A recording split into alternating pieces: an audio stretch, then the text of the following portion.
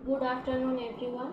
आज के हमें सीटेट डिसेम्बर 2024 बांगला लैंग्वेज 2 हिसाब से क्वेश्चन पेपारटी सम्पूर्ण आलोचना करब। आपनारा जारा लैंग्वेज 2 हिसाब से बांगला निয়েছেন তাদের 121 থেকে 128 পর্যন্ত কিছু গদ্যের থেকে যে প্রশ্ন আসবে গদ্য প্লাস ব্যাকরণ সেখান থেকে आंसर দিতে হবে। আবার 129 থেকে 135 পর্যন্ত আরেকটি গদ্য থেকে যে যে প্রশ্ন থাকবে তার आंसर দিতে হবে এবং 136 থেকে 150 পর্যন্ত যে পেডাগজি আছে তার উত্তর দিতে হবে। যারা ল্যাঙ্গুয়েজ 2 হিসেবে বাংলা নিয়েছেন তাদের পার্ট 5 অর্থাৎ 121 থেকে 150 অবধি তারা এই পেপারটির কোশ্চেন করবেন। এখানে একটি সুন্দর গদ্যাংশ দেওয়া রয়েছে উড়িষ্যার সুন্দরগড় জেলার অন্তর্গত মহুলসুখা নামে একটি জায়গা সম্পর্কে। এটা আপনারা পজ করে পড়ে নিতে পারেন কিংবা স্ক্রিনশট নিয়ে পড়ে নিতে পারেন।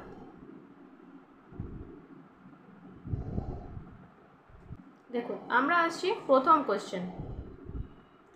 এখানে প্রথম কোশ্চেন 121 নম্বরে রয়েছে কুসুম গাছের পাতা ঝাঁক ঝাঁক তীরের মতো উড়ে চলেছে।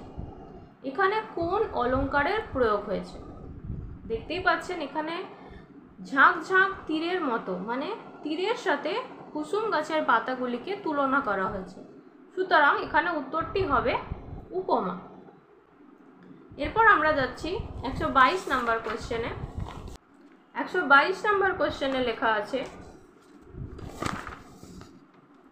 লেখক উড়ন্ত পাতার গতির বর্ণনায় কটি পাখির সঙ্গে তুলনা করেছেন?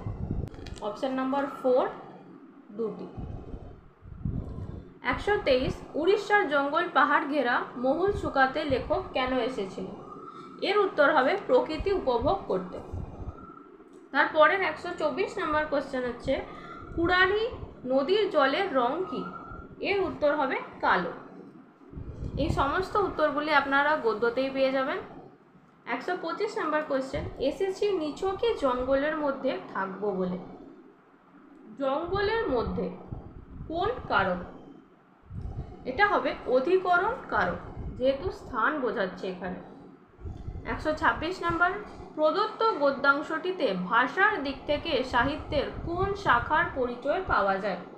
এখানে উত্তরটি হলো পত্র রচনা। দেখবেন এখানে লেখা হচ্ছে তোকে চিঠি লিখেছি, অর্থাৎ এটি একটি পত্র রচনা। তার 127 নিচে স্টাফ ক্যান্টিন থেকে চা থেকে শুরু করে অন্যান্য খাবার দাবার সব বয়ে নিয়ে আসে চৌকিদার, ফলে ঠান্ডা হয়ে যায়। বাক্যটিকে সাধু ভাষায় রূপান্তরিত করার সময় কটি ক্রিয়ার পরিবর্তন করতে হবে? এখানে দেখুন 4টি ক্রিয়ার পরিবর্তন করতে হবে। বিশ্বল সাহেব লাইব্রেরি থেকে বই আনিয়ে পড়তেন। কোন লাইব্রেরি থেকে? এটা হবে বড়বিল লাইব্রেরি থেকে।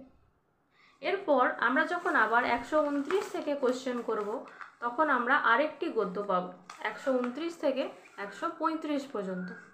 আপনারা গদ্যটি একবার দেখে নিন। 129 নম্বর প্রশ্ন প্রদত্ত গদ্যাংশটি পড়লে ম্যাসিডন নগরীর বর্ণনা থেকে বোঝা যায় এটি একটি ঐশ্বর্যশালী নগরী। ডায়োজিনিসের জীবন দর্শন কি ছিল? ন্যূনতম প্রয়োজনীয় বস্তুর মাধ্যমে জীবন ধারণ। এরপর 131 নম্বর প্রশ্ন রৌদ্র জল সন্ধি বিচ্ছেদের সঠিক রূপ কোনটি? দেখুন এখানে সন্ধি এসেছে, আমরা জানি রৌদ্র যুক্ত উজ্জ্বল, রৌদ্রোজ্জ্বল।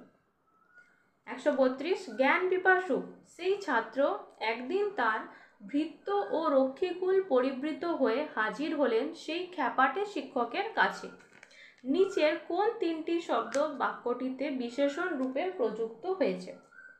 দেখুন জ্ঞান পিপাসু, পরিবৃত এবং খ্যাপাটে শিক্ষক। তাহলে আমরা এই তিনটে উত্তর কোথায় দেখতে পাচ্ছি? Option number 2। আপনারা এভাবেও দেখতে পারেন যে সেই তো একটা সর্বনাম, এটা কখনোই বিশেষণ হবে না। 133 নম্বর, দিনের বেলা ডায়োজেনিসকে লণ্ঠন জ্বালিয়ে ঘুরতে দেখে তার কারণ জিজ্ঞাসা করলে তিনি বললেন, চারপাশে বড় আঁধার, এই অন্ধকারটা কিসের? উত্তর হবে অমানবিকতার অন্ধকার। দ্রাক্ষারস বলতে বোঝায় আঙ্গুরের রস। আমরা 135 নম্বর কোশ্চেন দেখব, আলেকজান্ডার সম্পর্কে নিচের কোন বিবৃতিটি সত্য নয়? আলেকজান্ডার একাই হাজির হলেন খ্যাপাটে শিক্ষকের কাছে, এটি হচ্ছে ভুল, বাকি তিনটি হচ্ছে সত্য। 136 নাম্বার থেকে 150 পর্যন্ত আমরা যে কোশ্চেনগুলি পাবো সেগুলি পেডাগগির কোশ্চেন। 136-এ নিচের কোনটি মূল্যায়ন প্রসঙ্গে সত্য নয়? অপশন নাম্বার 3, এটি কেবলমাত্র শিক্ষকের দ্বারাই করা সম্ভব। আমরা জানি গ্রুপ দ্বারা সম্ভব হয়, পিয়ার দ্বারা সম্ভব হয়, অর্থাৎ সহপাঠী দ্বারা। তাহলে ভুল হচ্ছে, এটি কেবলমাত্রই শিক্ষকের দ্বারাই করা সম্ভব। 137 নম্বর প্রশ্ন, গল্পের কোন শৈলীটি বহুভাষিকতা এবং বহু সাংস্কৃতিকতা প্রসারের জন্য সর্বাধিক উপযুক্ত? এর উত্তর হলো লোককথা। স্টিফেন ক্রাসেনের নিয়ন্ত্রণমূলক তথ্য প্রকল্প প্রসঙ্গে নিচের কোনটি সত্য নয়? এর উত্তর হবে যা অর্জিত হয় সেটি যা শেখা হয় তার নিয়ন্ত্রণের সহায়ক। দেখুন, ল্যাঙ্গুয়েজ 1-এও এসেছিল, স্টিফেন ক্রাসেন ল্যাঙ্গুয়েজ 2-তেও এসেছিল। 139, নিচের কোনটি পাঠভিত্তিক উপলব্ধি এবং শব্দ তালিকা বিকাশের সহায়ক নয়? সেটি হলো বর্ণমালা চার্ট। এরপর আমরা 140 নম্বর কোশ্চেনে আসব, নিচের কোনটি শিশু সাহিত্যের আকাঙ্ক্ষিত বৈশিষ্ট্য নয়? সেটা হচ্ছে নৈতিক মূল্য। শিশু সাহিত্যে কখনোই নৈতিক মূল্য থাকে না। অপশন 1, সহজবোধ্য নৈতিক মূল্য। 141 নম্বর প্রশ্ন, দুটি গুরুত্বপূর্ণ মূল্যায়ন প্রসঙ্গে কোন বিবৃতিটি সত্য? এর উত্তর হবে শিখন স্তরের মাধ্যমে গঠনমূলক মূল্যায়ন লাগাতার চলতে থাকে। এই বিবৃতিটি সত্য, কারণ গঠনমূলক মূল্যায়ন সবসময় চলতে থাকে। নিচের কোনটি সংযোগকারী আবেদনের বৈশিষ্ট্য নয়? উত্তর হলো ক্রিয়ার চাইতে গঠনে অধিক গুরুত্ব প্রদান।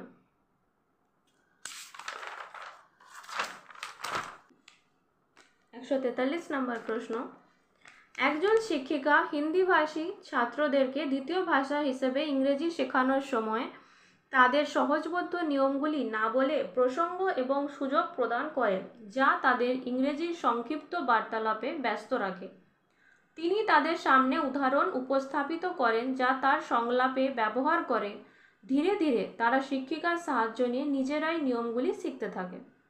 কোন আদর্শ বা আবেদনগুলি শিক্ষিকা অনুসরণ করছেন বলে তুমি মনে করো? এর উত্তর হবে সংযোগকারী পদ্ধতি, যেহেতু সবাই মিলে হেল্প করে জিনিসটা হচ্ছে।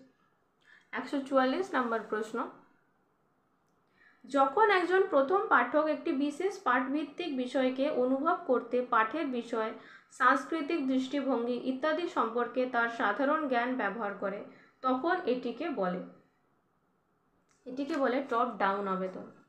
আমার একটি ছোট্ট ভিডিও আছে top up, top down, bottom up এবং বটম ডাউন সম্পর্কে, আপনারা সেটা দেখতে পারেন। 145, নিচের কোনটি শিখনের একটি গুরুত্বপূর্ণ ক্ষেত্র বিবেচিত হয় না? এর উত্তর হলো সমাজ সংস্কৃতি। 146, নিচের কোনটি সর্বার্থ সাধক শ্রেণী গঠনে সহায়ক নয়? আবারও আছে, দেখুন নয়, কোনটি সহায়ক নয়? এর উত্তর হলো কিছু ছাত্রকে শ্রেণীর মনিটর বানানো, যেটা কখনোই সহায়ক নয়। 147 নম্বর প্রশ্ন, নিচের কোনটি গঠনমূলক মূল্যায়নের উদাহরণ নয়? গঠনমূলক মূল্যায়ন থেকে আগেও একটি কোশ্চেন এসছে, এখন একটি কোশ্চেন এসছে। এর উত্তর হলো শিক্ষাবর্ষের অন্তে একটি পর্বপত্র। দেখুন, লাস্টে পর্বপত্র কখন আসে? যখন সামেটিভ হয়, গঠনমূলক মূল্যায়নের কখনোই এটা উদাহরণ নয়। নেক্সট 148, শিখনের ফাঁকগুলি খুঁজে নিতে ভ্রান্তি বিশ্লেষণ একটি গুরুত্বপূর্ণ পর্যায়, কারণ শিক্ষার্থীর মন ও শিখন পর্যায়ের মধ্যে ভ্রান্তি একটি জানলা। এটা খুবই ইম্পর্ট্যান্ট কোশ্চেন, এটা আরেকবারও এসেছিল। 149, যে শিশুদের মধ্যে পঠনে বা লিখনে পিকে বি লেখে এবং 6কে 9 লেখে, অনেক সময় আসেন দেখবেন বিকে ডিও লেখে, মনে করার সাধারণ ভুল লক্ষ্য করা যায়, তাদেরকে কি বলা হয়? এগুলির মধ্যে থেকে তাদেরকে ডিসলেক্সিয়া বলা হয়। যারা পড়তে অসুবিধা, মানে আপনি এরকম বি লিখেছেন, সে হয়তো বিকে ডি লিখে দিচ্ছে, বা আপনি পি লিখেছেন, সে পিকে বি লিখে দিচ্ছে, এগুলি হলো ডিসলেক্সিয়া। 150 এবং লাস্ট প্রশ্ন, প্রাথমিক আন্তর্ব্যক্তিক সংযোগকারী দক্ষতা কি নামে পরিচিত? এর উত্তর হলো প্রতিদিন সংযোগ সাধনের ভাষা। এরপরেও যদি আপনাদের কিছু জানার বা বলার থাকে অবশ্যই কমেন্ট করবেন। অন্যান্য কোনো বছরের PYQ দরকার হলে সেটি কমেন্ট করবেন, আমি সকলকে রিপ্লাই দেওয়ার চেষ্টা করব। Thank you.